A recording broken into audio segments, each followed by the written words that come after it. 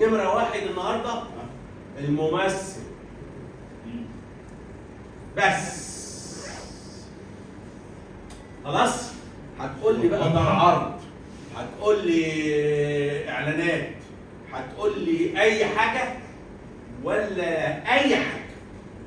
الممثل هو انا هقول لك حاجه، مش بيعرضوا مش عارف خميس وجمعه؟ اللي اخترع الموضوع ده انا، من كتر ما انا مش عارف اجيب ممثلين فجبت. هكلمك دلوقتي على اعاده التراث. كنت بعمل مسرحيه سكر هاني دي تاليف والدي، فكل ما نكلم ممثل مسرح لا، اصل تصوير لا، اصل مش عارف ايه لا. فقلت انا من النوع اللي بخترع بقى، بنشئ مسرح. طب انا اخترع فكره جديده، فبقيت اجيب الممثل اقول له طب بص انت مش بتصور طول الاسبوع، يعني عندك ويك اند خميس وجمعه اشتغلوا معاك. ايه السلام انت بتهزر؟ اقول له بقى يقول لك واحد منهم قال لي اعمل لي في العقد الكلام ده.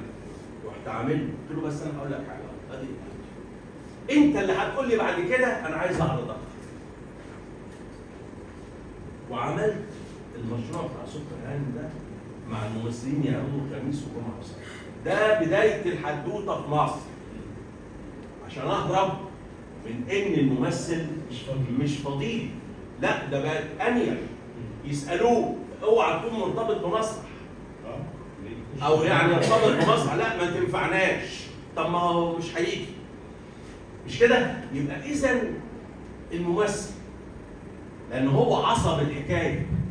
انما انا هقعد النهارده اطلع تاني افرخ نجوم، اول ما يبقوا كتاكيت كده ويبتدي كاكي هيسيبني يروح شد السوبر، واخد بالك؟ ادي الحكايه. فانت الموضوع في ايد الممثل. هذا الممثل ده اذا كان يعني مثلا انا سمير غانم، يعني راجل لو بيدوس على الزرار يشتغل هنا، كنت يجي يشتغل مسرح فيقول لي انا المسرح ده نصحتي، دي الحاجه اللي بعشقها.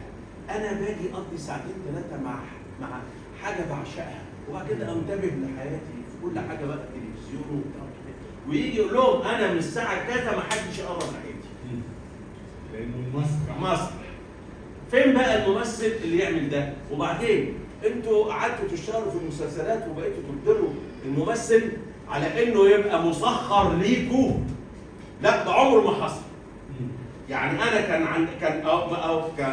عندنا فرقه اسماعيل ياسين، كان بيبقى عنده سواريه بالليل في اسكندريه والصبح بيصور في القاهره، ويجي على السواريه كان بيبقى كل النجوم دول اللي كانوا معاه بيصوروا سينما، لكن مسرح كنا بنعمل في اسكندريه مش مسرحيه، كنا بنقدم كل يوم الروايه. الافيش كده كل يوم الناس تيجي تتفرج على مسرحيه جديده، يعني لازم مش جديده، يعني الريpertoire بتاع الفرقه. فكان لازم الممثلين دول يجوا الساعه 2 الظهر يعملوا بروفا، ويروحوا الساعه 5، وبعدين يجوا يعرضوا الساعه 9 9 ونص، واللي فيه عنده سينما واللي فيه عنده مش عارف. انما الممثل انا النهارده مشكلتي مع الممثل. وبعدين الممثل لو جاله اي حاجه ابرك يعني بالنسبه له، لا ما انا مش هذكر اسم العرض او العروض اللي اجي اتفاجئ بالليل ان الممثل ما جاش لانه سافر. ما جاش بالليل، فانت مضطر انك انت تقدم العرض، فتخلي اي حد يعمل الدور صح. وبالتالي انت هنا بقيت منتج مهدد. انت منتج مهدد انك انت في اي لحظه ممكن تلاقي العرض بتاعك لازم يقف. ده ما ينفعش.